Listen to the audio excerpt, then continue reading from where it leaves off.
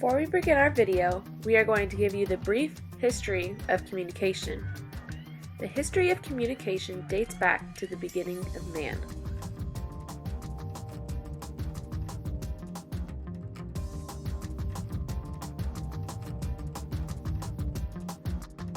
Simply sitting by the fire at the end of the day and telling stories was one of the earliest and most extremely common source of communication back in the days. Next, the cavemen developed cave art, which depicted the lives in ancient cultures and civilizations. Smoke signals are also used today as a sign of communication and usually distress. Later, carrier pigeons were used to send messages, and to increase reliability in the speed of messages, men rode on horseback to receive messages. Flags were even used to display messages such as the white flag conveyed for surrender. The telegraph led to the development of Morse code and became the basic version of texting. Radio towers also developed a way that messages could reach great distances. Wired communication changed to wireless communication, and now it is possible to talk to anyone on the planet through multiple different mediums, such as cell phones.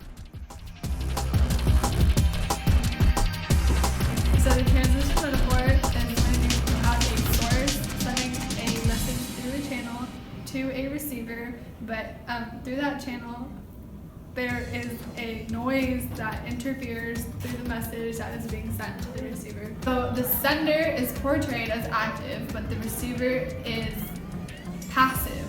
So that is a disadvantage, which is why the interaction metaphor was brought to place. Hey Maria, can you go to What? What did you say? I said, can you go to the What? Can you go to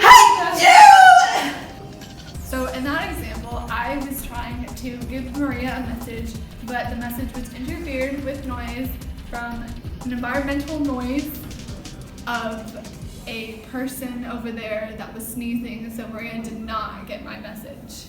The interaction metaphor communication describes communication as a two-way process of reciprocal action. There are two important components. One is the field of experience, which refers to attitudes, perceptions, and backgrounds each of us brings to communications. The other component is feedback, which refers to receiver's response to a sender's message. For example, did you see Ezekiel Elliott score me 39 points in fantasy football, and Dax Prescott gave me 22, and Russell Wilson gave me 27? I have no idea what you're talking about. in the example, Lance was the sender and Rahel was the receiver. The questions that made Lance was the message, and the answer that Rahel gives to him was the feedback. The interaction model still treats senders and receivers as separate and disconnected, while the transaction metaphor does not. Communication as transaction betrays the notion of an individual sender and an individual receiver. Individuals instead are simultaneously sender-receivers. There are two aspects of transaction communication. The first one is context, and the second one is relationship. The context is exactly what is being said, and the relationship is how it's being said. Maria and Rahel are strangers. Excuse me, can I please use this phone? Yes. Thank you. Rahel and Maria are best friends. Hey, let me use your book. In this example, the context was the exact same, but the relationship was different because when they were best friends, they were a lot more comfortable than asking each other. The fourth and final communication metaphor is social construction. Social construction further expands upon the idea that communication influences the communicators. The social communication model stresses that communication shapes and creates the larger social realities in which we operate. Participants work together to shape what counts as factual, acceptable, good, truthful, real, and possible. Social construction assumes that we become who we are in relation to others through communication. For example, if you had a group of elementary students and you called them gifted, and whenever they're actually just average, it's known to have dramatic effects and improve their scores. Each social construction interaction has the potential to build and transform identities, relationships, institutions, and ideas. In conclusion, ideas of communication have evolved to be better than the last. In the beginning of time, communication was just a mere exchange of words between people, but over time it grew to be much more. Metaphors are just one example of the amazing things that the English language has thought of to broaden communication.